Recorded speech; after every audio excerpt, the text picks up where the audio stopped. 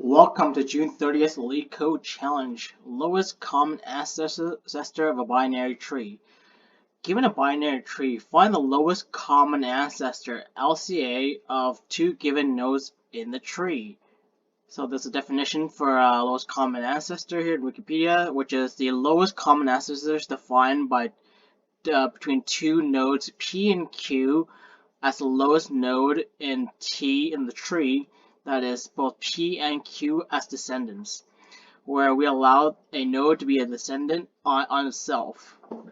So what that means is, see, you're given a root tree here, a tree called root, which is an array which builds this tree, and you're given P and Q, which are two nodes in there, so 5 and 1, and you want to find the most common descendant to both of them, which is if 5 is connected to 3 and 1 is connected to 3, so 3 would be the output, which is the lowest common ancestor. That's pretty much it. You're going up to, if we were to look at this tree, we were looking for any nodes that's common to both of them. So for instance, given this tree here, which is the same tree as above actually, 5 and 4, so you got 4 here and 5 here. So we travel up 4, you get 2, 2 goes up to 5, and remember, the node to be a descendant of itself, so it could be its own self. So if 5 is a descendant of itself, then 5 is the output. And likewise, we have a root of a tree here, so 1 is connected to 2, and then P and Q. So if 1 is the root, then we return 1, because 2 is connected to 1 that way.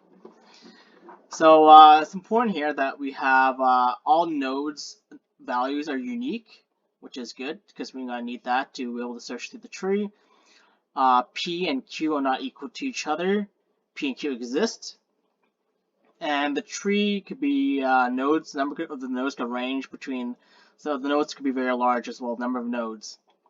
Alright, let's kind of, so intuitively, you want I would think of using a recursive approach here. So you would travel down each of the you would call, I guess, lowest common ancestor on each of the nodes here until you find the left node or the right node, and if that's equal to your P and your Q, then you want to return the node that they're connected to. So you've traversed through the tree using a depth first search manner. The moment you encounter Q or P, you would update your left and right parameters values. Alright, so let's start by developing this algorithm, this recursive algorithm here. So if the root is empty, so we're given an empty tree, then what we're going to do is return none.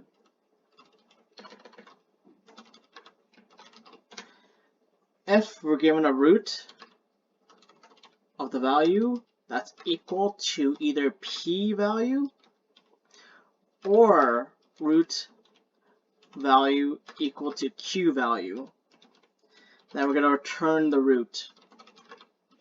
So what this means is that if we're given P value or Q value that's already a root value here, that means that it's the common ancestor because everything's connected to the node right here. So if you have at least P or Q, that's at least 3 here, then no matter what, if you have P that says equal to 3, no matter what Q is, the output is always going to be 3 because that's the root, and everything's connected to the lowest ancestor is connected to the root. Alright, so we have those conditions out of the way. So let's call our recursive algorithm. So we call our left, let's say our left node here. So left will be self dot lowest. We call the function lowest common ancestor. I'm just copy this.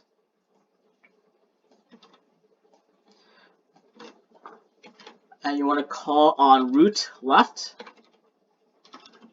and then P and Q. Put those in. Likewise, we want to do a recursive algorithm on our right node as well. Self dot lowest common ancestor, root dot right, P and Q. So if left and right, so those both numbers are valid. This is because remember, it could be null as well, so we don't want it to be null. So if left and right exist, then we're gonna, if we're able to recursively find the left node and the right node, which are equal to P or Q, then we're gonna return the root. Return root. Else, we are gonna return either left or right if these exist.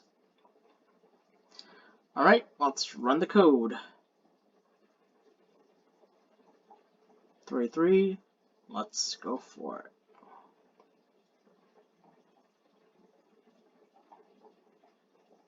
Alright, accepted. So the time complexity for this would be big O of n, where n is the number of nodes in the tree here, because we do the maximum. We have to, if let's say for instance P and Q are like at opposite ends of the tree, then that would be the worst case scenario, big O of n, because we have to visit all the nodes of the binary tree. For space complexity, it's big O of n as well, because the maximum number of spaces utilized will be the recursion here. So the recursive stack here that we have will be n, because the height, because the tree itself could be skewed. So for instance, we see here that it's a binary tree, but it's not a full binary tree or complete binary tree. So it could be skewed as well, and that would make it worst case space complexity of big O of n. Alright, that's it for today. Have a nice one.